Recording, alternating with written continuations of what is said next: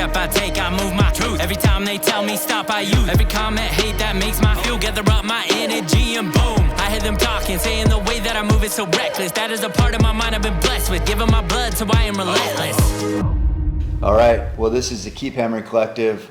This is like a call out to Waddell here, a road trip version of the Keep Hammering Collective. We're here at Cactus Jack Ranch, and we got the owner here, Jerry Wascom. Thank you, Jerry. We got Michael Waddell, everybody knows, the bone collector, and my buddy Brian Stephens. And we're here in basically in whitetail heaven is how I would describe it. I mean, before we hear from Jerry, what would you say about this place so far, Brian? Well, I've grown up in Texas my whole life, and I can honestly say I've never seen anything like it. It's the numbers with the quality is unparalleled, without a doubt. Yeah. I mean, you the number of deer, usually when you see numbers, you're not seeing the quality, but you get both here. So it's unbelievable. Yeah. Michael? Yeah, I was scared. I'd been woke up in glory. I was like, I told Cameron, I was talking to myself in the blind and crazy. So, thinking about it, we were talking, sharing stories. Heck, man, I remember I was like 18 or 19, going out and working with Realtree and going like to Encinitas Ranch. We'd go to the Perlets. And I remember thinking like, this is amazing, like Texas hunting is crazy and it's awesome. It's December, here it is close to holidays, so it's just a good time to get away. And Cameron and I have been talking about sharing a camp together back when we did a podcast. Heck, I think it was January, February. And then, I knew this place had several friends that told me about it, and Cameron said, you should come out, man. So we put it together, and I was like talking to myself, I've never seen anything like it. And I've been to a lot of cool ranches in Texas, but I was overwhelmed at the amount of deer we saw and nice bucks. I was just, I don't know. Like I said, I'm thinking, like I said, I'm like, man, I hope nothing happened to me and I didn't wake up in heaven, because if heaven's like this, I'm all right. I'm good. It's going to be all right. It's going to be all right. And you guys have such glowing reviews, and you haven't even shot an arrow yet. No. So this is just experiencing the hunt and what's out there. It haven't even killed, which is amazing. So hearing all that, Jerry, and it's no surprise you've created this diamond in the rough, basically. Well, it's not even the rough, because this is South Texas. This is the Golden Triangle. Why is Cactus Jack so special? And tell us about it. Yeah, well, let me start kind of with my hunting history, because he and I have a lot of parallelism here. And I grew up in Louisiana, so I grew up hunting in trees, South, Mississippi and Louisiana, hoping that you'd see a deer. First year I hunted, I saw one doe. I got permission to hunt 100 acres just on the Louisiana-Mississippi line. Hunted all season, saw one doe. So this is quite a journey for me. In my wildest dreams, I never imagined I was watching you on TV, but I never imagined I'd be in a situation where I had the opportunity to do what we have here. And I've hunted South Texas. I moved from Louisiana to Texas in '86. I bounced around. I decided South Texas is where I wanted to be. Hunted a lot of ranches in South Texas, a lot of ranches in Mexico, and kind of had a good baseline of where the best deer were being killed. And I worked from the ground up, because I grew up in a real middle-class family, and started working as an engineer at Exxon, and never thought I'd be in a position to do these kind of things. But fortunately, my career went well for me.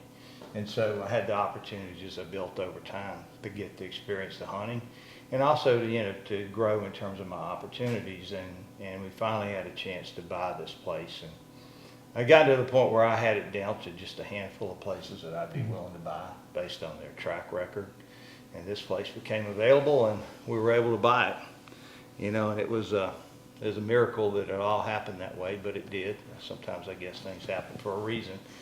And we were able to buy it, and I knew the family that owned it. And I always give credit to the people that own this ranch, because they did such a phenomenal job. It was under intense management for 20 years. And when I say intense management, I'm talking about 100% native indigenous deer. No deer ever brought in here, no deer ever put in a pen, no deer ever bred. This is just kind of what God put here and how we have, managed those creatures. But they had a great track record. They were very private with it. This is the Leonard family. They did everything right. They did it the way you're supposed to do it, and they started with probably the best ground that there is in the world for growing big deer. This red dirt is super fertile. It's in a real hot spot of red dirt. You know, if it rains, it looks like springtime, no matter what time of the year it is. It's just that productive. And, you know, through my buddy Stuart Stedman, who has the Faith Ranch and some of the research he's done, what he was explaining to me is there's an epigenetic effect. If a species is exposed to superior nutrition for generations and generations, it flips on some little genetic switches that allow the bodies to get bigger, which in turn allow the antlers to get bigger, bone structure to get bigger. And that's really what we had going on here even before the Leonards bought it. So It's a natural epigenetic evolution. And if you look in this area, the biggest deer in Texas are killed right here.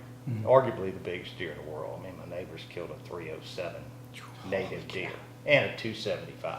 Okay. That's insane. So we knew we were kind of in the right place, and out of the 30 years of dealing with deer and dealing with people and ranches, we developed a philosophy of how we wanted to do it.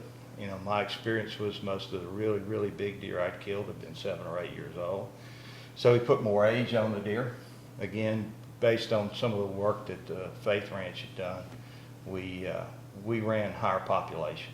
You know, my neighbor says it's cheaper to feed than it is to buy 20,000 acres. So we do purposely run a higher population. It means you got to kill a lot of deer, but you know, and our goal is for the deer to be in optimum health, optimum physical condition. So we let them get old. We feed heavily, free choice feed, cottonseed, protein. We also have water distributed all, you know, this is a very arid area, and we hadn't had rain for 3 months now. It's real dry right now. But we have water distributed all over the ranch. So we make the life of these deer as optimum as it can be, and they're super healthy, and they're big bodied, big antlered. But that's just the deer side of it. You know, as you said, Michael, the thing that makes ranches special is the deer kind of facilitate people like us coming together because we have that love for it. But bringing people together and having us just a chance to get to know each other and laugh and have fun and do what we love. That's to me what really makes it special. I agree. Yeah. It's what I've been surprised with here is, you know, we talk about shooting older deer, letting the deer get that age on them. For most places that I've seen, like 5 is, I mean, that's an old deer. That's old, You yeah. know, 5. At 5, I saw 3 5.5-year-olds this morning that were not even, you're still giving them at least 2 more years.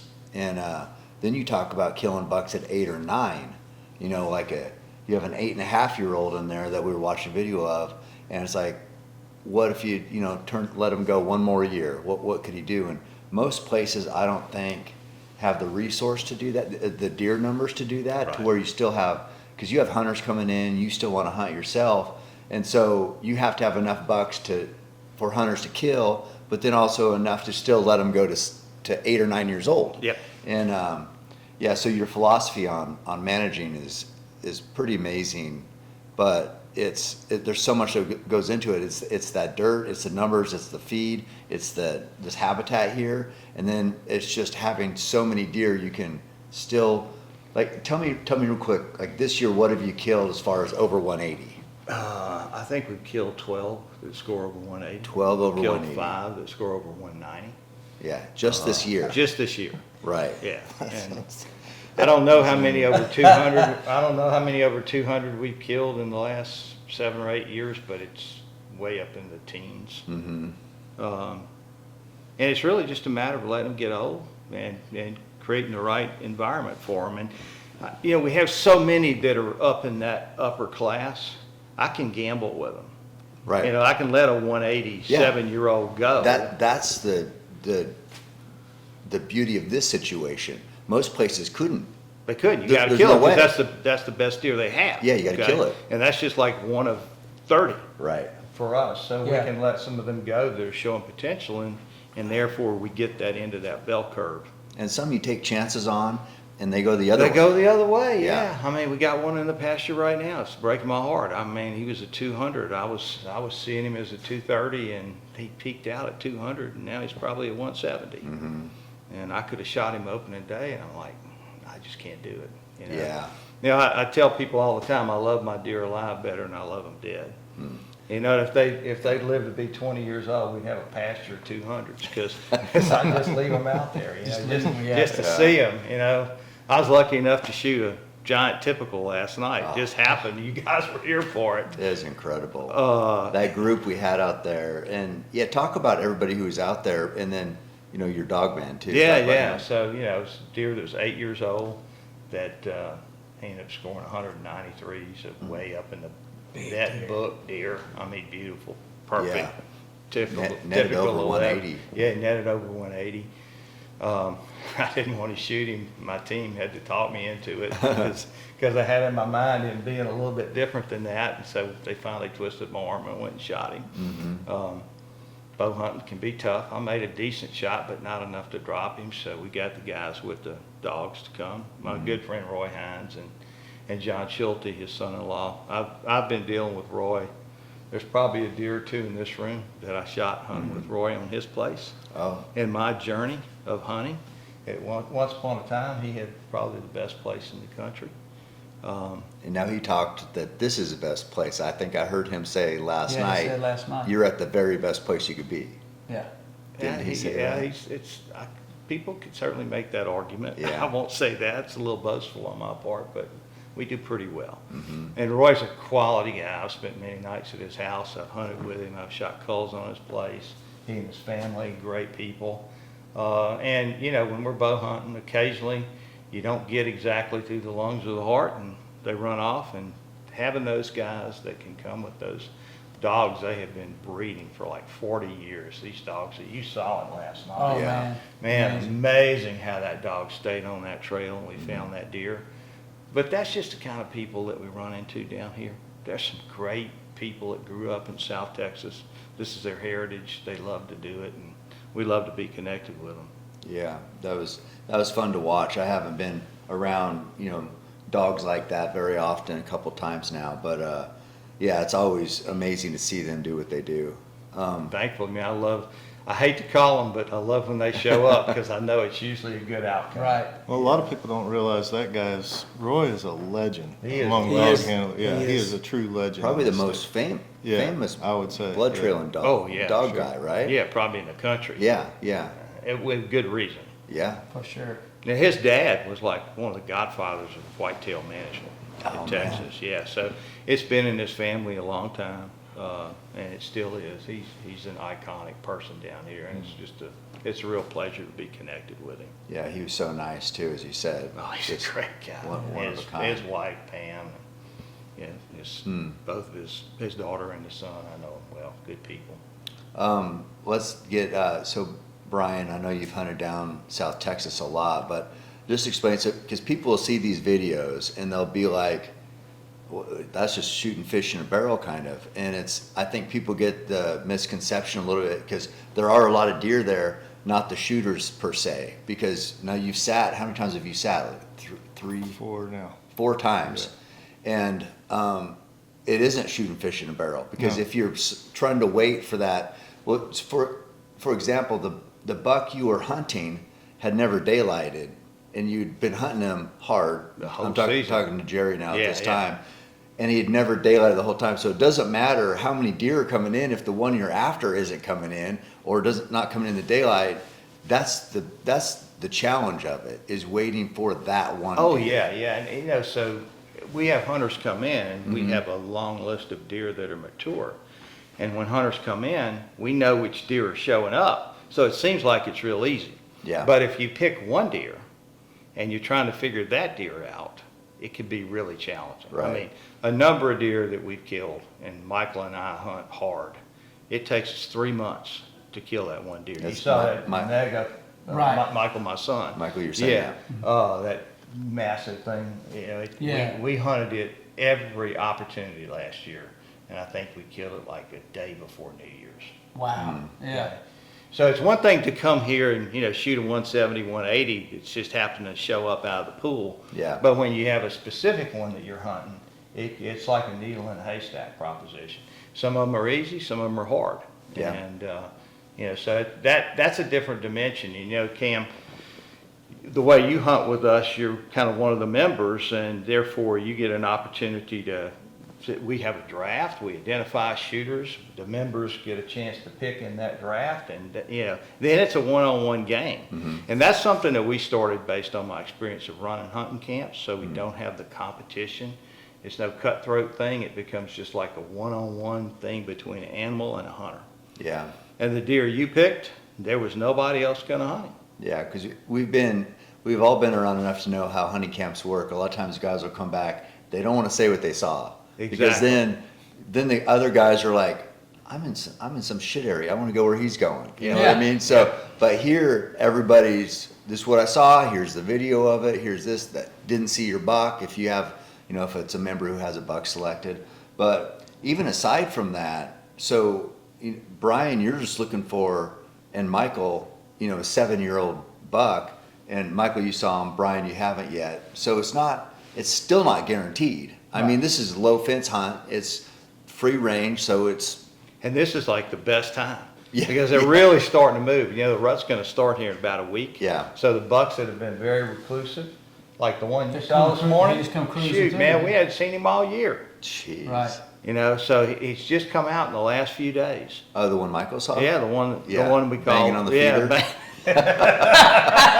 I know that sucker got by me. I should have shot, man.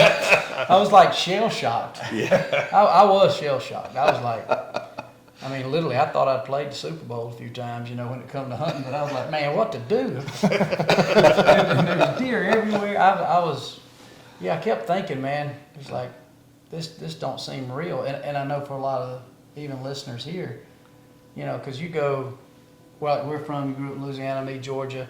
And I think about all the people who could be listening in Pennsylvania, Michigan, really all across the country. And then, of course, you get to those traditional Midwestern states, the Iowas, the Kansas, and even all over Texas. Deer. Yeah, what we're talking about. And maybe, like you pick out maybe a couple characters like a Don and Candy Kiski or Lee and Tiffany Lakoski. When you're throwing around 170, 180s and 200-inch deer, that doesn't freak them out. That's not like a dream world of them because they live in it. They also know that those deer are unicorns. But when a lot of people hear we throw the terms out of these big high-scoring deer, if you go up in Georgia, like you, Louisiana, or even, you're like, man, that's unreal. And to be honest with you, it still is unbelievable and special. And that's why I said I felt like I was in heaven because this is real native Texas deer that are here. And like last night, we put our hands on a 193 that Jerry had killed. The deer that I was hunting was 160 to 70-inch deer, and I was looking at them and knowing they're deer that are the age demographic of what's on the list to shoot. And for that to happen and to grow up hunting and bow hunting is mind-boggling. So for anybody listening to think, man, what are these guys talking about? I'm still taking it in. Yeah. I think that's what Brian's saying. I grew up, and I hate to say professional because I don't consider myself a professional, but I've been around this hunting culture.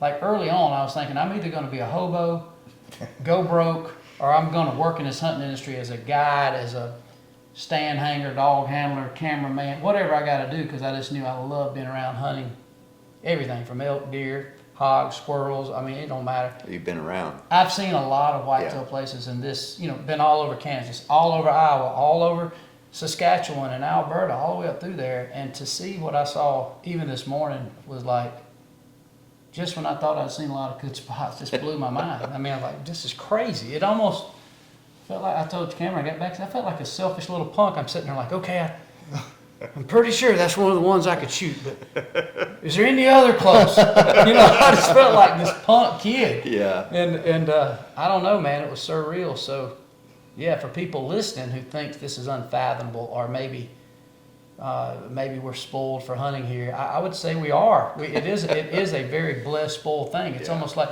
you think about the money you invest. I told Cohen, our producer, I said, man, anytime you go on a cool place, a hunt or adventure or vacation, there's money to be invested. You got to put money down. You got to do something. I said, I bet you I spent 20 grand in Disney World taking my youngins down there and stood in lines out the wazoo to look at Mickey Mouse. I don't know. Next time I'm gonna talk my youngins and like, hey, for vacation, we're going to Cactus Jack. There's Mickey Mouse. This is real Magic And Kingdom. we do have a lot of kids that come here Well, with their families, and we love it. You don't have to stand in line. You can go right in there and get you some eggs and bacon and sausage gravy. You got a bacon drawer. Yeah, we have a bacon drawer, that's This is right. better than a trip. What's in this drawer? All it's of full us of bacon. country folks, we got to save up and take the family to the Gulf of Mexico, down to Yeah, Panama City absolutely. Beach, and stand in line to eat some, fried fish and Captain Anderson's. I'm like, man, let's just save up a little more. Let's just go to Cactus Jack, because this is the real deal. It's crazy. Well, you make a good point though, Michael. You and I grew up hunting hard, okay? Yeah. And and the whole time I hunted Louisiana, the best deer I killed was a 152. Yeah, And that which is was- a good and buck. That was That's a a hell of a hellacious deer. trophy, okay? Yeah. Right. It still may be the best trophy I have. Okay, Completely because understandable. and people talk about trophy hunting. There's all being in camp is like the biggest value. Being 100%. outdoors and enjoying all the nature and seeing what happens out there is great value. Shooting animals of any size is really an experience. And then those of us who've got a lot of time with it, we like to shoot the big ones. Correct. And yeah. but it's different for everybody, and trophies are all relative to where you are. Correct. You can't kill what's not there. Yep. And just do the best you can to manage the property you have, or to be conservation minded when you're out hunting public land, and That's take exactly what you right. can get and embrace it and love it. And I've always too thought, when you think about that, and you think about, say, a trophy hunter, somebody who does enjoy the fact that they can put a tape on a deer, maybe he's 180, maybe he's 193, like the buck you shot last night. Those deer would never exist without an investment in time and energy and financial resources, and the desire to want that type of end goal or trophy. So without that, this deer probably wouldn't exist at this level. Right, yeah. So even though it is to a degree unfathomable, it shows that strategically it can be It done. can be done. But it takes, like you're talking about, that red dirt, the fertile soil, and it seems like that is the case. That's the one thing, hearing you talk at dinner last night about this red soil, it's the one thing I see in common, like when you go to, say, Illinois, and you hear about, there was at one time, I guess, supposedly like a glacier or something, or melt, and it's supposed to put so much nitrogen in the soil, and that's where they're getting so many bushels of corn. So the soil, then you go to Kansas, same thing. You hear a story about the soil and the protein. It starts with there and Yes, it builds. Iowa, so on and so forth. Then you get out to certain areas in Arizona where those giant bulls, it's the soil. So I do think the biggest common denominator is certainly management, certainly supplemental feeding, but there's something, if you ain't got that base of that soil, I don't know that you can ever get to these unicorn type deer. Can you have a good herd? Yeah, but I don't know that. It takes a I've hunted a lot Perfect of place. ranches, managed quite a few of them myself all across the Golden Triangle, and trust me, it's not all created equal. I believe that. Not created I think that's the equal at same in all. every state. Yeah. I mean, I think that was, oh, go ahead, Brian. Well, I was just going to add that to your point earlier is, in addition to all of that, I think or down here, one thing that people get confused about when they see you have a ton of deer in front of you, the fact that part is management, and that they're letting all those deer go for so long that the younger deer do let you look at it. They are a little more forgiving than your average animal, and you're going to see a lot of game because down in the Golden Triangle where we are, the ranches are large, they're managed for age structure, and so those animals are getting to live a long life without being bothered very much. There's not a lot of pressure. So, but as we've seen, those older, it reminds me of black bear hunting because it's not a problem sometimes to see bears, but to see in bow range the one you want is a whole different ball game. Right. And people get complacent. They just think, oh well, they're very relaxed and borderline tame sometimes, but that is not the case Not with those the old older age boars. class. Yeah, Yeah. not the ones we're after. Right, yeah, it's true. I do want to say too that what I remember the most about last night, yes, you killed a once in a lifetime buck for most people, but I just remember just the mood and the brotherhood out there, the fellowship, I guess you could say. Unbelievable. Yeah. And so we're out there in the middle of the field, in the middle of the night, I don't know what time it was, 10 something, and got the buck killed, and everybody just smiling and laughing and just feeling, I just remember the feeling of how blessed we are. Oh, to be I'm glad you in that actually moment. stopped us and made us think about that, you know. And just for me, Yeah. you know, when I shoot a deer and I can't go find him immediately within 100 yards, I get anxious, Right. okay? Because I have very high standards for myself and recovering deer and so forth, and I get anxious. But having you guys there and the conversations we were having and we were laughing, I mean, Yeah.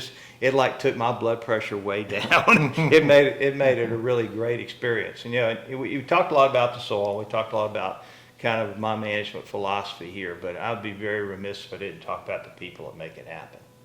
So, you know, our team here is fantastic. And, you know, I have the best ranch manager in the world. Jake Albritton is as good as it gets, man. And he has super high standards for execution of what we do. We start our feeding program, and there's not a single feeder. It was without feed for one day from the time we start till the time we stop. And just that almost perfection. And we can explain to people what we do, but getting people, you know, actually being able to execute it. And then Tim and Robin, you know, you hunted Tim. He's your guy. Tim's been my personal hunting partner for 25 years. Wow, You that's know, cool. and so Tim is super smart. He understands deer very well. Jerry Ducote has got him. You, Brian, I mean, Jerry and I started hunting together back in 1988. So the people that are here, we've been a team for a long time.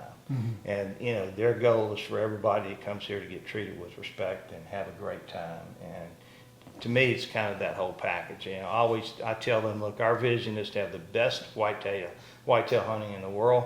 But when people leave, they say, yeah, it's the best hunting I've ever seen, but that wasn't even the best part. Right. Okay, so it's really trying to bring it together. So hats off to my team. I couldn't do this without them. Yeah. Absolutely. It's, yeah, everything about this is, because I've been to plenty of places where you're like, you go, yeah, the hunting's great, but, you know, you're whatever, staying in a shack, which I don't care about, or dealing with certain guides or whatever. And it's like, there's always something, but here it's like I don't know how this could be anything but perfect. How you have it set up, and the hunting is best in the world, but the people and like that moment last night, it's just, to me, that's what I think gets missed by people who don't hunt, who don't understand this lifestyle, is they miss the fellowship part of what last night and why that night was so special. Oh, well, I'll remember it forever. Aside from the buck That's getting correct, killed. yeah. Because I was looking at the videos and we got some pictures from last night, and it's just like, it's hard not to just go back and just be like, I don't know why I'm here, or if I deserve to be here, but I'm thankful I am. You know, the crazy thing, when Roy and John left last night, they stopped me and they said, I just want to tell you, man, that group of guys you out there is awesome. He said, that was so much fun coming here and being with you guys, and just the spirit, you know, the positivity and the happiness and the way you guys were all interacting. He's like, man, it was just like nothing like it coming over here and being with people like that. So he was, Nice. you know, he'd never met either one of y'all, any three of y'all. Right. And, man, he was just so complimentary of how everybody was carrying themselves and behaving. And Imagine how most of the time when he's going, people are probably pretty anxious. You know, they're in an anxious position of worried about finding something. But I think that after hearing about the shot and everything, I think everybody felt good and confident. So that We're gonna get them. it was a good spirit last night. There's a fine line when you get to the level of, you know, where we all are at, to where you're looking for mature animals, you know, and it can almost come across to some people as snobby. Like, oh man, they're talking about 180s like they're just walking around everywhere. Well, everybody knows 180 just don't walk around everywhere. Obviously, you do the right things and you got the right places across the country. The potential of that is there. But I will say, in your pursuit for high-scoring animals, whether it's to put them in a safari club or Boone and Crockett or Pope and Young, if you're missing that element, what you talked about, Cameron, last night, none of it's worth it. No. Because Yeah. I do know some people that have killed giant deer animals all across the world, and they're sitting in a lonely, dusty, you know, trophy room smoking a Cuban cigar by themselves. They have made no friends, and they've got a lot of deer in the Boone and Crockett you know, and stuff, but they have not made any friends. And so as soon as anything, even though we can brag about the whitetails and brag about the resources, if you're not making friends and your trophies ain't the friends and the looking back, and Cameron, so crazy goofball, throws the deer over his shoulder. Like, I mean, and dude, he's like, I can tote him out. And dude, I was like, man, I've been wanting to see this. So man, we loaded 190 pound buck. Yeah, 190 pound buck. We loaded it up, and dude, he smelled like a skunk last night. I was like, man, I'm glad we didn't ride in the same truck. And I was like, thank God, man, I'm glad I ain't riding. Me and we was riding together. I was like, man. And Cameron toted that deer out, and we were high-fiving and, you know, got him 200 or 300 yards closer, then we could get to the truck. Yeah. But all of it. That was impressive. If you ain't got that part of it, Yeah. and that coming back, we ate a dang ribeye steak. That I felt as guilty eating that sucker, but you know what? I got over it. 'Cause I went to sleep and I ate that sucker, and I don't know, man. You're right. It's like but when you can combine both. Yeah, that's Because I'm like the magic. Cameron. As I've gotten older, if I can go to a good camp, and I could go with a couple 5 squirrel dogs, and if I got good folks and campfire, and you know, Laughing, and having a good swig of whiskey around a campfire, and stories, and talking about our families and our youngins and what we've done, and I know it sounds crazy, but it's so unbelievable special, and I think it does come with maturity and age. We've all have gotten to that point. I mean, Brian and I hadn't met, but you know, we was hugging like we was brothers. You know, just talking about things that we've seen in life, and you know, it's like immediately. And Mudwater is a Healthy Habits brand best known for its popular caffeine alternative. It's got 4 functional mushrooms, and the purpose is to never leave you feeling jittery. Don't get me wrong, I love coffee and usually drink 5 to 6 cups a day, but Mudwater has helped me cut back a little bit, especially once afternoon hits. I still even throw a little Mudwater in with my coffee, and they have a really good coffee creamer with MCT oil. Each ingredient was added for a purpose. Cacao and chai for a hint of caffeine and hot chocolate-like flavor. Lion's mane for focus, and both chaga and reishi to support healthy immune system. Plus, it's Whole30 approved, 100% USDA certified organic, non-GMO, gluten-free, vegan, and kosher. Mudwater donates monthly to support psychedelic research and has since day one. They believe the country is in a mental health epidemic and that psychedelic-assisted therapy is one of the most effective tools we have to treat mental health conditions. Mudwater is hooking up my show with a special offer. If you go to mudwater.com/Cam Haynes, you get a free frother and $20 off. That's mudwater.com/Cam Haynes for a free frother and $20 off. I've been taking Ketone IQ for the past year and have seen tremendous benefits, including mental clarity, increased focus, and more energy.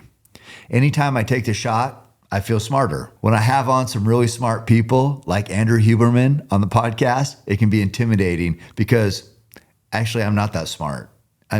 Nobody's ever called me smart.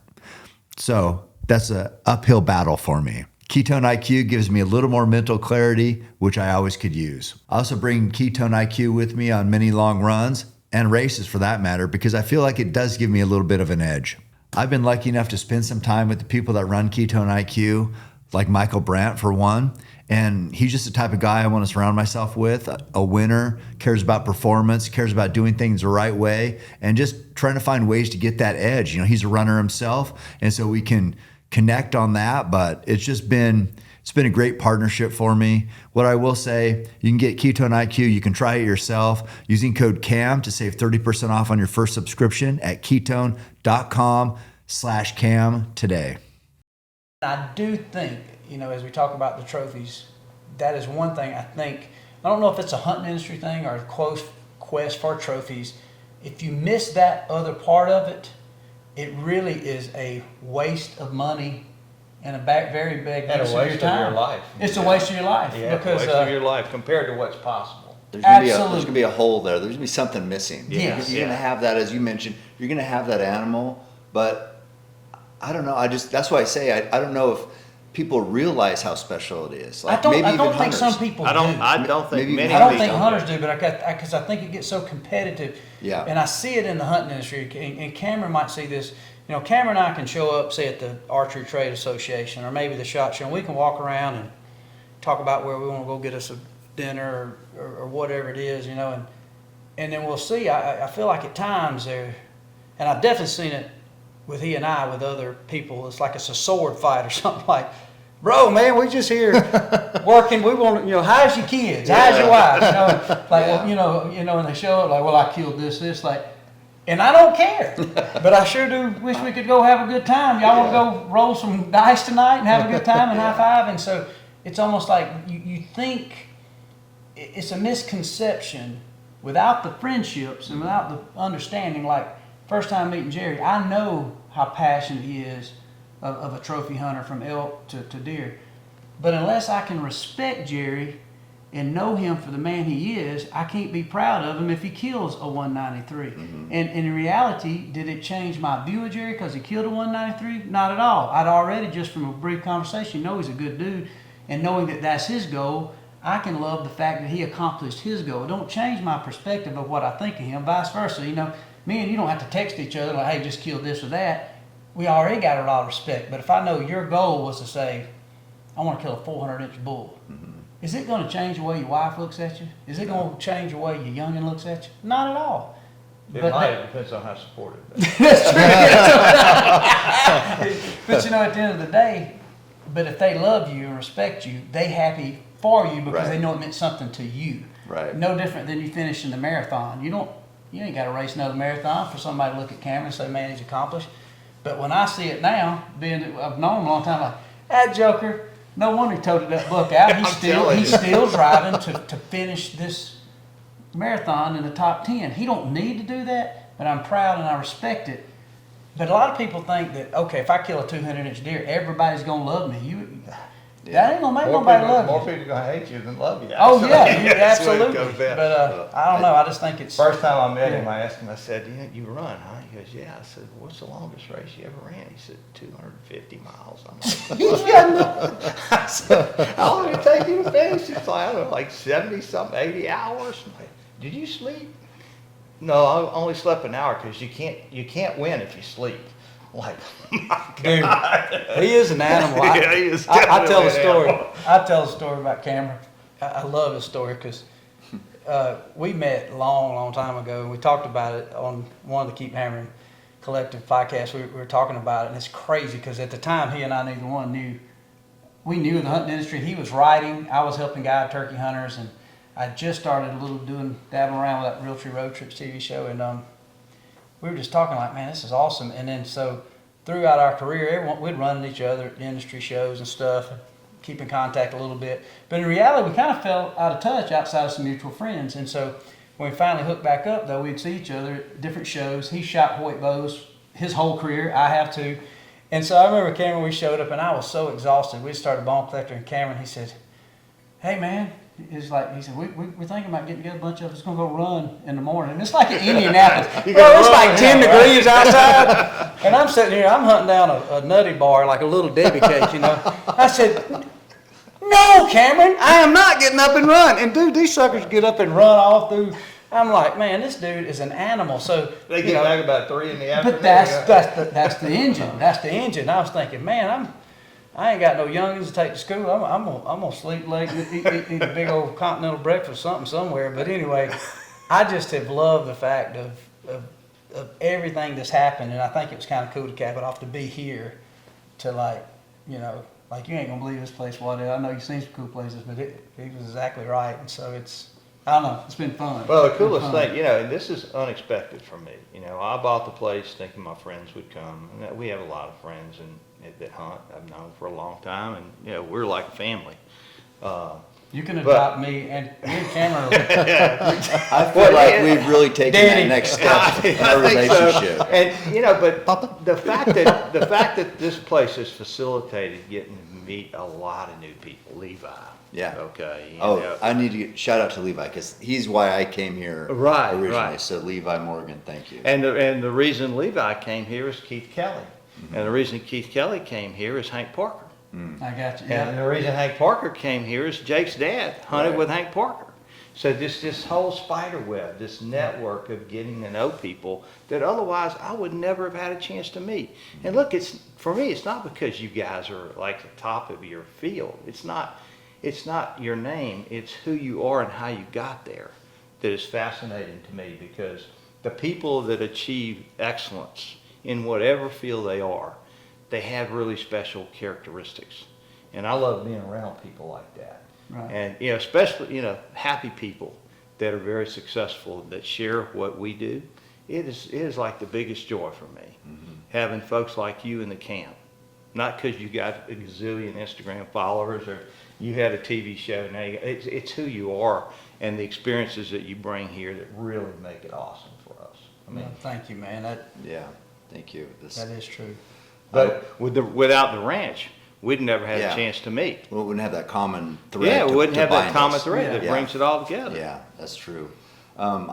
I want to mention too, it's like we're in a place now because we've all been through so much where we can't appreciate other people's success. I think where I wish I could go back in time would be like when I was a young man, and it's like everybody was competition.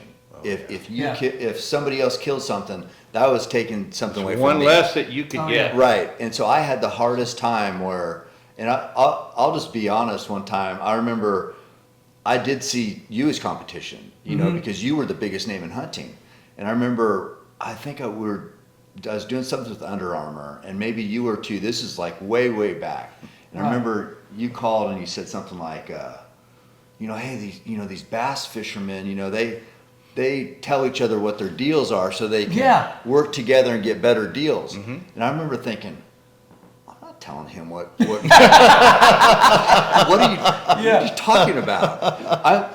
I'm trying to beat you. We just didn't know what the goalposts were. No, we didn't know what the game was really, but I just remember, so if I could go back at that time, because I think that for me, I can't speak for you, but we weren't as close maybe as we could have been, because it was always like, I have to win. That's how I agree. I mean, I was the same way. I was the same way.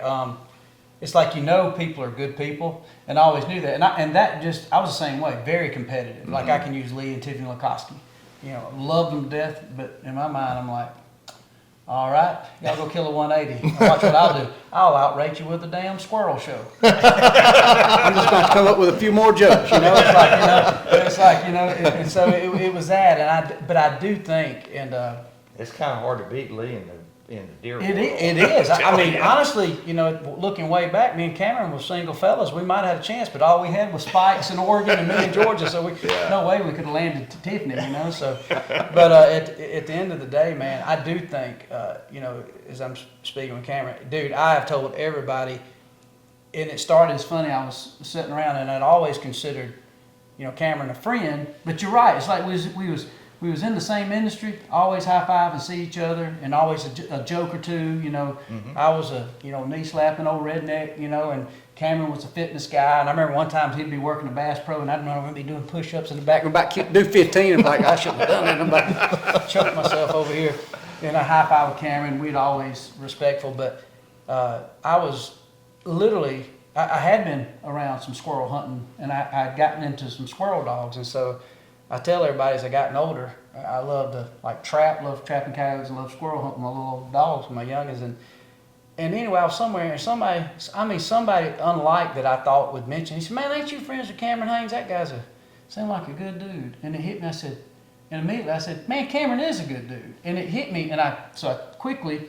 Then I was even embarrassed at that time. I was trying to find Cameron's number in my phone, and I had an old number, and I realized he probably had it. Like, we hadn't even traded numbers. So I called around and I texted Cameron that story. And he said, come out and do our podcast. And so I tell everybody that was a really cool moment to go out to Oregon, because I think that's for me. I'm like, what the hell, dude? We like bros. He's Oregon, I'm Georgia, but it's the same. We're the same age, same paths, same things. And so anyway, but you're exactly right to the same thing. It's almost like it was a view of a competition, friendly competition, and we were even on some of the same teams. And so it's just, but that's the drive. How do you win a marathon if you don't want to run over the next guy in front of you? I don't know, and I don't know if I'd change it, but I just wish that the younger guys coming up could be a little more, just have a little more grace, maybe with people who are trying to chase that same dream, and just be like, you can still win, I can still win. You know, That's correct. because I didn't look at it like that. So all I'm bringing that up is I think we lost a lot of years of who knows. I mean, yeah, we'll make up for it now, but 100% we will. But what could have been type thing. And it's like, I just don't want other young guys to miss out on some brotherhood for years because too competitive. And I say too competitive because being competitive is a great trait. Great trait, absolutely. I mean, it's the reason why we're here. Correct. You have to want to win You do. at life, right? You got to. And that's a call out to kind of to Brian's new book. Yeah, I don't even really need to or know how to put into words what I want to say, but yeah, it's just not all life or death struggle I completely get against it. other men. But time gives you a different perspective. It does, yeah. You gotta because mature. I could tell the same stories you were telling, just competitive in a different way. Yeah. Right. As you get older, you get a different view of it. Yeah. Because I think being successful actually puts you in Well, a it gives you position this sense of security. sense of security, and so it makes having that view a little easier. Yeah, when you're for on sure. the top than when you're on the Yeah, for bottom. sure, So yeah. I think it's age and It's easy for you to say. Yeah, it's easy for you to say. It's Yeah. age and success puts you in a better position to appreciate that. And That's an right. amount of failure too is funny. I tell people all the time, it's like, it's easy to look at somebody's success, but people's failures, or at least mine, have taught me more than even success. Because like you said, it could be something minuscule. And like I've learned too, is like as Cameron and I were talking about how we were kind of on the same team and probably didn't do as much together as we could have and should have when we were a little younger. Now, obviously, we're making up for some of that lost time. But two, if you look about our true job, is not even to kill deer. It really is to tell the story of what the hunting culture is all about. But then if you look at all the lanes, where I grew up in the South, and I love the turkey hunt. That's one thing got in common with Jake, is he Alabama boy, and so out west a lot of people are not diehard. So, but with that, you create these lanes, and so through those lanes, Cameron going out west, me in the South. Another thing that's crazy is Cameron talked about some of the different brands, or even maybe some, whether it's YouTube or podcasts. What you can do is so easy to reintroduce people to different audiences, and for a fan base that Cameron has, that maybe is a certain demographic, still common denominator of buying a hunting license, buying a Hoyt. He can introduce me to them, and they realize, like, man, that Waddell guy's, he seems like it'd be fun to be around. Vice versa, some old hard-hitting rednecks in Georgia that's sitting around drinking a Budweiser who, grew up hunting and fishing. They're like, man, that Cameron's a good dude, man. He, and next thing you know, you got old Uncle Scott Steiner trying to put a deer around his neck and walk him out, and we're picking on him and laughing. And so that's the thing that I think too is like, okay, when you get to that place, you miss the opportunity to grow the messaging. Yeah. And now you look at someone like Cameron, who's real good friends with Joe, of getting on those podcasts to talk about it. Ranella, you look at the opportunities we have and the different people we've had a chance to be around and talk about, and so it's not even self-righteous that we can even drop names. It's the fact that it's pretty cool that where we come from, we can be in these rooms around these people to talk about things that's been life-changing for us, but they're also life-changing for anybody that partakes in it.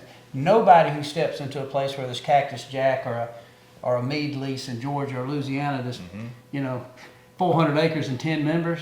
You go sitting around a camper and eat chili. Right. Maybe it is drink a cold beer. You get talking, telling jokes, and Maybe you see a and you spike. don't even think about hunting. You're like, man, this is what I've been missing in life. And I think Cameron and I have had a chance to see it from a perspective too of some of these celebrities that grew up in Hollywood that have chased really these things that glitter and gold and fame and fortune, only to realize really the best thing they found was what we had a chance to introduce them to, which was whitetail buck deer, a gobbling turkey. And that is amazing, like blows my mind actually. And so that's pretty cool. And so now I think with maturity, we realize that, and well, to be honest, it's a hell of a responsibility, I think. Yeah, I know, but I mean, you guys, I think, are taking that responsibility because you're very authentic. I think that's why people like to listen to you. You tell it the way you see it. You may not have it right, but that's, Yes, sir. you speak your Right. mind, and people respect that. Yeah. Some people don't because they don't want to hear anybody else's opinion. But those that have a brain and think about things, they value people who are authentic. And, that's one thing that both of you guys bring. that I love about you is the authenticity. You're not, it may be more politically expedient for you not to say some of the things that you say, but that's not who you are and that's not what you believe in. Right. And, I got a lot of personal time for that. Authentic people are the people you want to be around. Well, I mean, like I said, what's that old saying? Sometimes the most offensive thing that you can hear is the truth. And, and my best friends and people who love me the most, sometimes they'll say, what hell, this, and this, or like, and I'm like, and first I'd be like, then I think, well, Lord, they are right. If it's a buddy, it's like, have a casual drink and all of a sudden it's like, dude, hey, buddy, I enjoy you, but every time I'm around you ain't just drinking, you drunk. And man, I'm talking about you want to step on a buddy's toes, you tell him something like that. Yeah. Or vice versa. It can be somebody that, as we're talking about these giant deer, like, bro, you have forgotten we come from Georgia. There's nothing wrong. A 140-inch mature buck is still a big deer. Poking Young's 125. It's an accomplishment. It's okay to remind, like, that's still a good buck, Jerry. Or, hey, Hank Parker, that's still a giant buck. Like, you know what? It is. Yeah. It is a good buck. We got better, but that's still I'm not exaggerating. Of course, y'all know, because I saw 15 different bucks this morning. And that sounds like a lie, but I got them all on video. That would have been life-changing bucks for many of my friends in Georgia. Yeah. Regardless of their age. I'm talking about what they had on People their... would be talking about it. You see that buck that? Bro, they would still be riding them around. they would be somewhere over by Mineral Wells by now at some sporting goods store or Waffle House showing them off. Guaranteed. Yeah, I know. Guaranteed. It's amazing. It's yeah. With a loudspeaker. They'd have one of them bullhorns. Everybody. Attention. Just trying to show you my buck, ladies and gentlemen. Specifically ladies. If y'all want to come gather around. This is an 8-point buck, approximately 4 years of age. I think he's going to get into the Pope and Young record books. Yeah. I What killed it'd be him. like, right, Brian? That's exactly right. Yeah, no, it's one thing that I do think that, we talked about sharing our love of the sport, and one thing I know I mentioned on my podcast, but I think it's becoming more evident now is how lucky we are to be grown up and be part of this lifestyle, because you see people that have chased other things, the money, the houses, the cars, the women type thing, and they're kind of now society is shifting a little bit, and now they're looking at us going, I don't know shit about hunting, but that looks amazing. I don't know anything about what these guys are doing, but there's something inside, I think, all humans, because that's how we survive, as being hunters, but they see this lifestyle and they just feel like they're missing something, because it is so, you mentioned authentic, which I kind of hate that word, because it's just like, that means like there's something other, like being fake, apparently. Yeah, it's the like definition about being fake. Yeah, but being authentic, a lot of fake being people in authentic this world. shouldn't be really celebrated, but it is, In just today's because. world. Because of so many fake people. Yeah. But they see this lifestyle and they see how authentic it is, and they see the true joy or happiness or fellowship, as I mentioned a few times now. But and they realize that there's something special about what these guys are doing. Mm-hmm. And it's been, this way of life has been around forever, but there's a certain segment of society, even more nowadays, doesn't know anything about it, that's missed out on it. So it just makes me feel how lucky we are to be hunters. Oh, I know. And to have this, and I mean, And to be passionate about something. Oh yeah, just I got a lot of colleagues. Okay, I'm about to retire. I should have retired a few years ago, but I hung on to work longer. But that have retired and they don't have a passion, and they just sit around, watching TV, looking at their bank statements. Like I get messages. It's like, man, get a life. And some of the authentic ones will come to me and say, man, I'm really jealous of you now. I thought you were crazy for so many years doing this, but I'm jealous because you have these things that you love to do.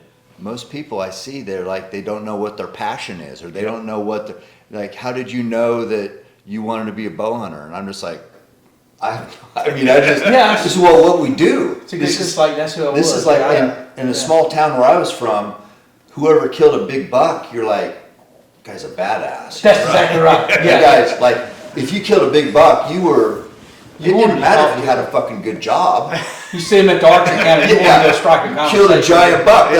Tell me about your buck. Yeah, and it's like, so that when you grow up revering things like that, then that's our path that we choose to go down, it's hard to think back why this is our passion. But with people who haven't had that in their life, they feel this hole. And so I don't know. I love bridging that gap. And I know you've taken Theo Vaughn and Caleb, can't remember his last name, but you take new hunters a lot. I love taking new hunters, same thing, because I just have so much love for this, what we do. You want other people to get it too. And some you take them out there, they don't get it.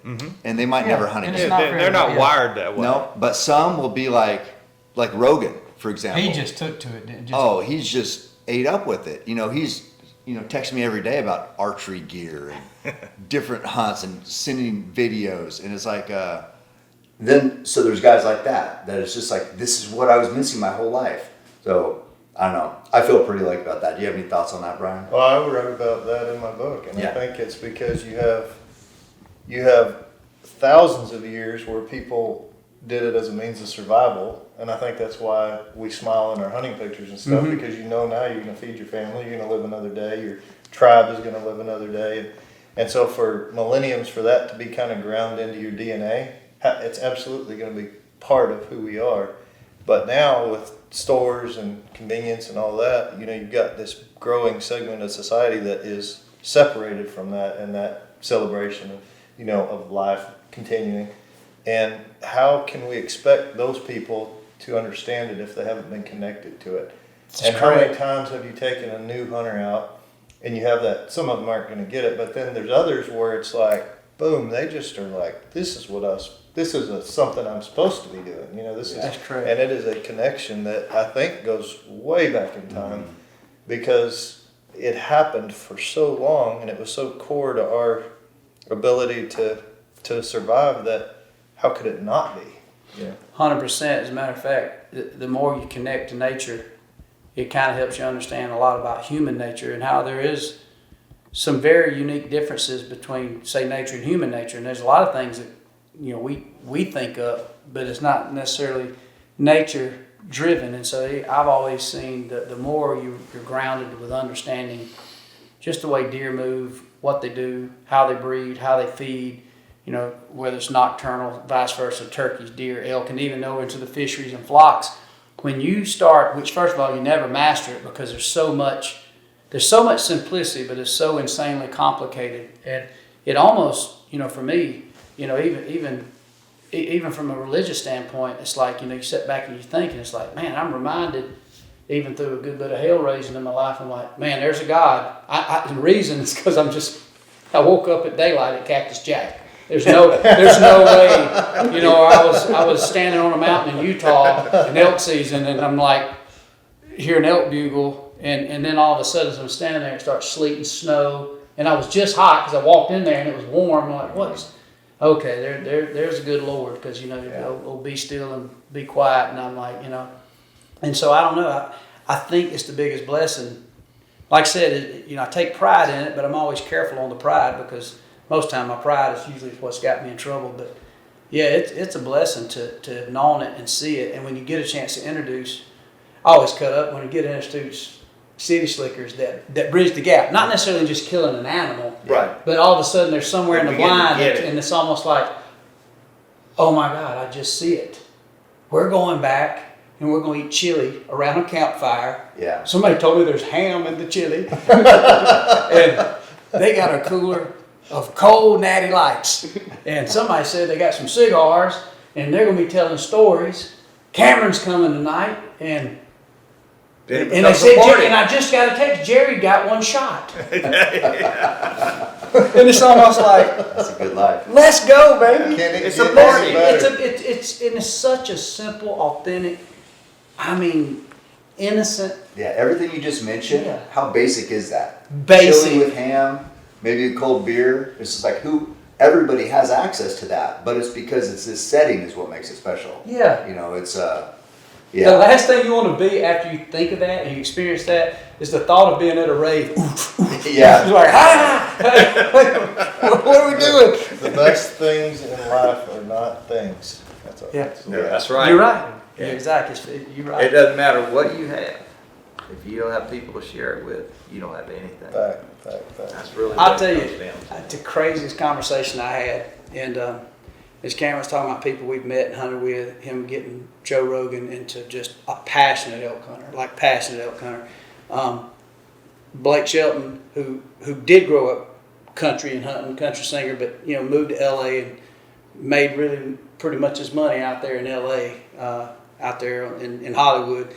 Well, now he's retired and getting back into it, and so from that he's made a lot of friends. And I remember Gwen, his wife, had some writers in from L.A. One from overseas, I think it was, or maybe she was from overseas, lived in L.A. But anyway, they come to the ranch to write for the 4 or 5 days while we were hunting. So we were staying at a little camp in Oklahoma, and Gwen had her artistic friends over there working on her 2 new singles, and so, which I thought was cool because I was dying to go over there and hear what they was working on, because it's Gwen Stefani, It's like magic. awesome star. For us, it's like magic stuff. Yes, it's magic. So I was dying, and then come to find out, all of a sudden, two of those guys, one was a songwriter, had just been working with from everybody from Cardi B to Adam Levine and Maroon 5, and I love music, so I'm intrigued by that. So those guys, and another was the guitar player from Machine Gun Kelly, and he's a writer and does all this producing stuff.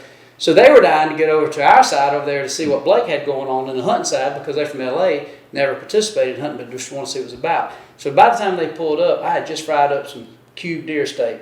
We'd got the back strap and I cubed it out and fried this old country fried cubed steak. And Nick Munt was there, whooped up a big old thing of mashed potatoes and gravy, and we just Boy Scouting it, And so I was like, y'all ever eat deer? Like, no. And so they're eating deer, like, oh my God, this is the best I ever eat, dude. Like, how do we harvest one, dude? and I knew then, we got them. So it got to the point, Gwen had to say, get back over here. Y'all have been kidnapped by my husband and his redneck friends. Come back. And so later, Blake rode them around the ranch and showed them a few deer, and they saw some turkey run off and stuff, and hogs. And so one of them ended up went and got his hunter safety course, and now hunts just out of LA now.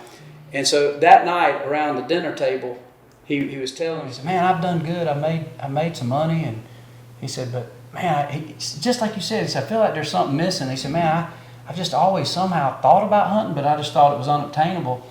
And anyway, when he said that, I thought about what he was saying, and he was basically thinking about the roots of all his success, of doing everything musically. He made a lot of his accomplishments. But I said something to him, and it hit me because it set true with me. And I think us hunters, even though we've had a certain amount of success around certain areas, I said, man, when you understand nature and understand hunting, and you got a certain group of friends, I said, you're never afraid of losing it all, because you can lose it all and still gain a lot. Mm-hmm. And when I said it to him, I almost had really said it to myself. I was thinking, you really can't fail. If you go bankrupt, if you lose everything, I certainly don't wish Jerry ever loses Cactus Jack. But my point is, when you're rooted with that, it's like you got your family, you got a handful of friends. Yes, you might not be hunting 190-inch deer, but the fundamental opportunity to take a little old dog and go tree some squirrels, or go rabbit hunting, or kill you a doe and backstrap some cube steak and make some camp chili, you really have won. Because like you said, it ain't the things, because you got the one thing that matters the most. Not to say materialistically a man shouldn't have the right to work hard to get a better car, a better home, swimming pool, but for me, it's like I remind myself, and that's what makes places like this even special, because it's like, holy cow, I got the cake, now I get to see what some of this icing tastes like too. So it's that's sincere in the thought process of where I'm at. But it took me to the age I am to even for it all to come together. Yeah, same for me. Yeah, you know what I mean? It's like you just change in life, and you get a different perspective. It's better. It is better. It's it better, is better. I agree. Yeah, it's been a hell of a journey here. Brian, for what you've seen, you've hunted a lot of the best places down here. One thing that I was curious about, and Jerry can chime in on this too, but it's like the body size of these bucks. It's like, to me, it seems like it's way different than the other South Texas deer. And I don't know, it's kind of play into this real quick, but we talked about hunting being on our DNA for eons. And you said something about, I think the minerals and the structure of the deer, the bones, the head size. these deer have changed over time, probably because of the soil. Epigenetics. And epigenetics, right. And so, but then you have almost two different species, because you have those giant bodied bucks, which are up to what, 270 some pounds. Yeah, you we killed this year. 278 this year. And then there's giant bucks that weigh 100 pounds difference. 100 pounds difference. So talk to me about the species you've hunted and if this is different from that and Well, what you've noticed. Yeah, I think all over South Texas, but even everywhere that I've hunted whitetail, I bet you would see the same, that it's often that there's two different types of deer in any given location. I think a lot of it's the length of their body, but also back to the nutrition part. If you've got that foundation, it's a lot like an elite athlete who is on the proper, they're dialed in on the food, they're dialed in on the supplements, they're dialed in on their sleep and the way they work out. All that stuff is all dialed, and that's what you get here. And they call it the golden triangle of Texas. That is where the genetics and the range is completely dialed for deer. But even within that, it's just like people.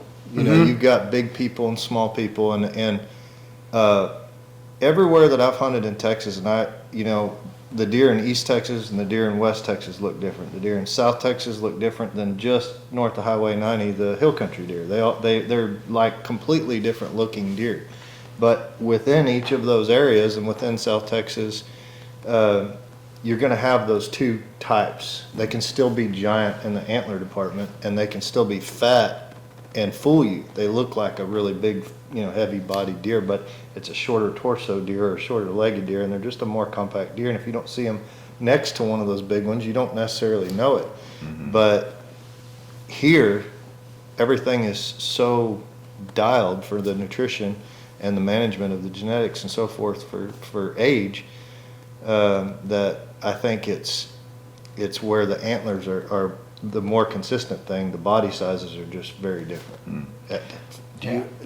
That I had a question then. Do you look at these deer, because of all the experience you've had now, because say for example, you could have a 200-inch rack on a 300-pound deer, it's going to look different than a 200-inch rack on a 170-pound deer. So are you looking at like the perspective of that rack compared to the deer size? Because you could overestimate the size of the antlers. Yeah, you have to. Because the head's bigger, so the antlers looks like that. Yeah, no doubt about it. I mean, the body size can really mess you up. Mm-hmm. The times that we've misjudged deer has been based on assuming a certain body size and being wrong about it. Right, okay.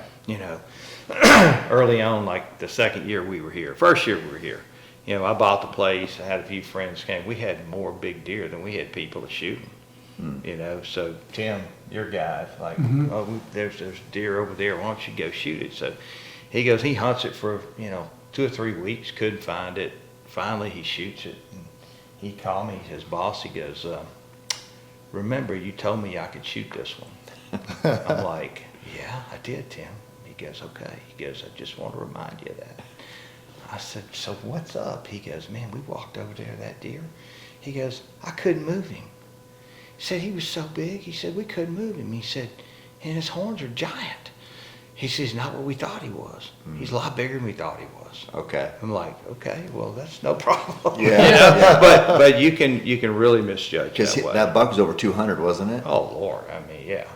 Yep. I mean, 2 inches. No, that one was like 194. Oh, okay. That other one he shot was, that's- it was yeah. actually a He's small only one. 6 inches shy. The other one I call pincushion, he Just shot a was a 205. Gotcha. Yeah, he shot that with his pistol. That was another one. We didn't have many people hunting, and it's like, we had more 200s than I wanted to shoot. So I was like, Tim, go down there with a pistol and shoot that thing. And so I love it. He went down there and shot a 205 and won a big deer contest with a pistol deer. That's unbelievable. Yeah. It's in there. Yeah. But it was in the same area that deer shot last night. Okay. So deer shot last night in the spectrum of large, it's probably on the lower quartile of a mature, What do you mean? just body wise. Oh, yeah. 190-pound deer for us here is Right. a small deer. Right. It's Yeah. a very small deer. That was the point I was getting to, but that would affect how I'm judging the deer. If I was the one, and you guys are so good, you're to the inch, it seems like. Well, on- not to the inch, but maybe Pretty within darn five, close, though. within five most of the time. Pretty okay? close.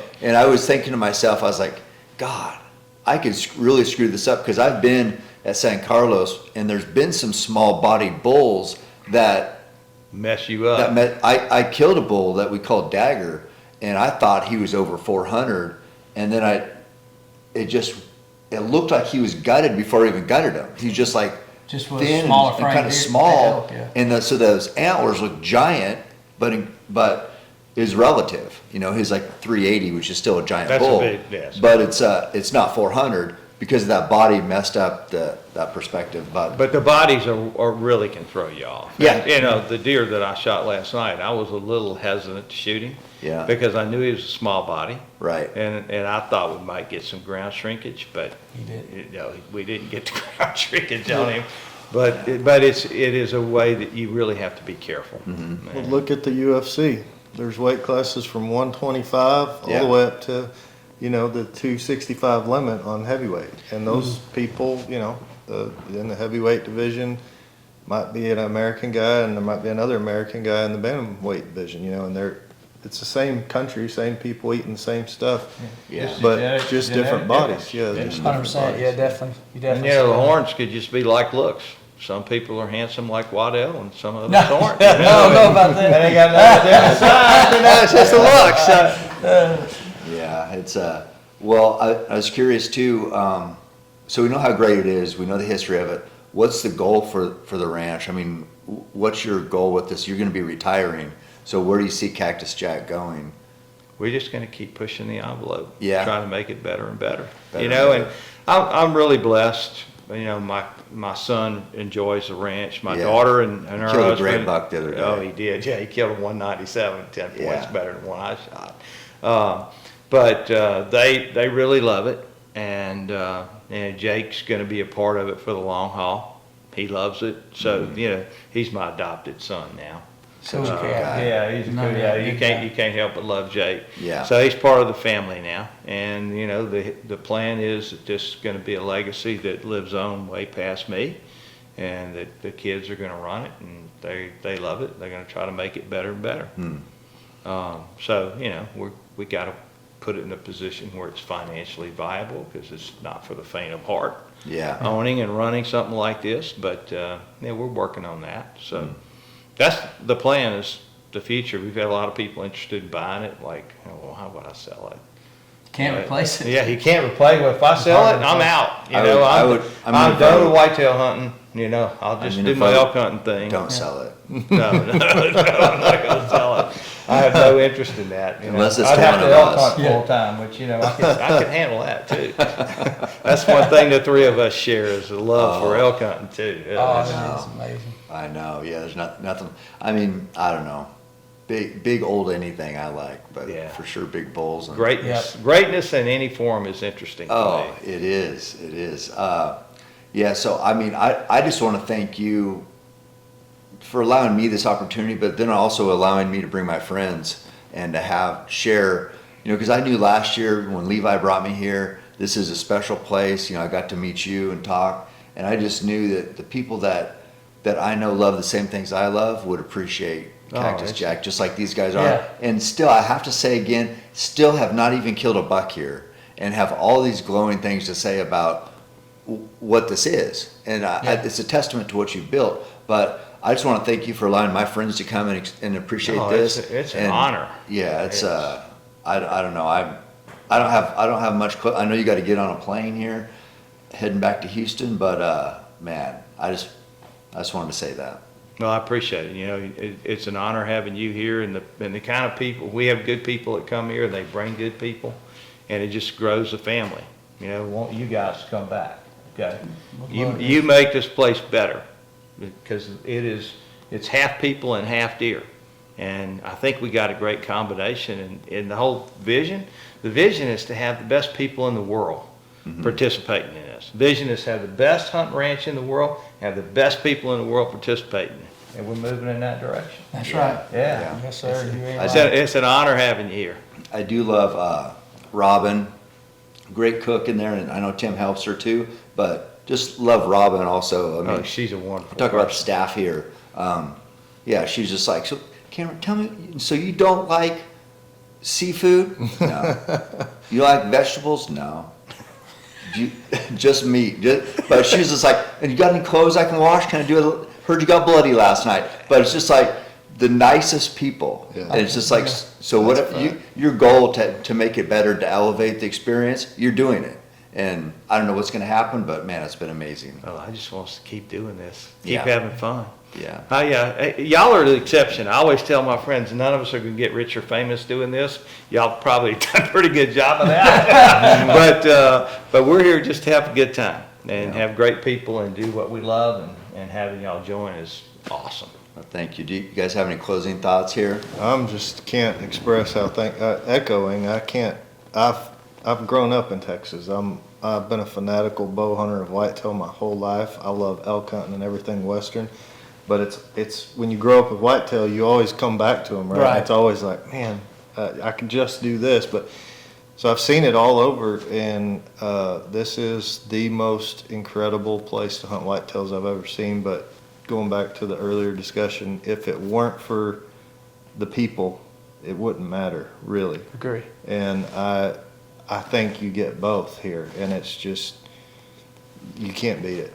So I'm thankful to be here. I'm thankful for the invite, and I hope to be here as long as it's here. So Look forward to having you guys back. I look forward to seeing the deer y'all gonna kill, because you're gonna kill I them. can't wait. I can't wait either. You were saying you're ready to go back out We're there. gonna be like Chris Farley in that van down by the river. We're staying with you, Jerry. You know, we're not leaving this place. The worst part is waiting for the next hunt here. Like, it's Oh, yeah. either like right now waiting for the afternoon, or at night waiting for the morning. You're just like, I just want to knock myself out. I just want to go to sleep. Wish there was a light switch that would just turn me off, wake up, let's go hunt. Because it's like the time in between, you're like, you just want to get back out there and see what's going to come in. I know, Yeah. man. It's when you can, sum up the fact you can have this much fun and still be on this type of caliber of trophy. Mm-hmm. Because so many times, you hear people, whether it's private or public, elk hunting versus, high desert mule deer hunting, or maybe you're going into Canada for different things. And obviously whatever your goal can dictate whether it is extremely physical or harsh conditions or cold, or you got to be physically fit in order to get up, whether it's sheep hunting. But when you can have this mature animals and to hunt, 3 or 4 hours in the morning, 3 or 4 at night, and have the opportunity to see it, and then eat this kind of food, tell these kind of stories, and laugh and cut up, add jokes to your, joke book with people in camp, and it's hard to get better. I mean, how like I say, if somebody were to out hunt you, it'd be hard to out fun you down here. You can't. It's just That's just the goal, amazing. man. It's Yeah, just it's fun. just It's about fun, having and you got making life quality good. animals, Yeah. Yeah, making life good. If we just had Bocephus sitting right here. We need to know what else you got. What else you got, Jerry? Balance this out a little bit. Yeah. Take that positivity down a notch or two. We want to see how big of an asshole is We want to Bocephus. see. just in person. But other than that, I don't know how it could get better. Hey, we need to do one of We these gotta about get elk those hunting things too. down here. I know. Man, do. we need to do one of these talks about elk hunting.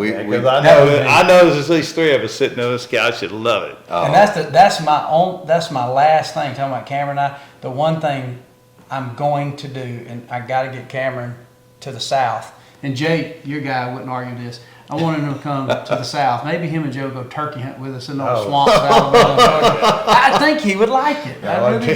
There's like a 20-pound. Do you hear that squeaky air sound coming out of the balloon over there? Yeah, that's what I told Jim Shockey one time. Shockey was talking about, he always made fun of me because I like turkey hunting so much. I said, that's because, Shockey, you would starve to death if you had to kill a turkey in Alabama. You can't, it's easy to go kill an aardvark in Cambodia or somewhere, or a Chinese war goat, one-horn safari club national grand champion, but you could not yelp in a turkey in Georgia or Alabama. You redneck. You don't even know the Queen's English. My best comeback was, I said, because in America we don't have a queen. It's not the Queen's English, just our English. So anyway, Lord. Well, good luck this All right, get it on, afternoon. Jim. I'm gonna go get on a plane and hope to see you guys back. We'll down just here. stay right here, Jerry. We'll take care of the place. Please take care. Yeah, please take care. of Thank it. you guys. Love you guys. Love the experience. Love taking this time to sit down and catch up and share with everybody here on the podcast. So, Thanks for the invitation to do of this. course. Thanks for bringing me down here, Cameron. All right, It's fun. kill big bucks. Let's go kill some big Do it, bucks. baby. Every step I take, I move my truth. Every time they tell me stop, I use. Every comment, hate that makes my fuel. Gather up my energy and boom. I hear them talking, saying the way that I move is so reckless. That is a part of my mind I've been blessed with. Giving my blood, so I am relentless. My fault, they want someone to blame. They send their hate, it fuels my pace. I am Roy Tough, I am the change, the fuel in dirt. Feeling like Cam Hanes.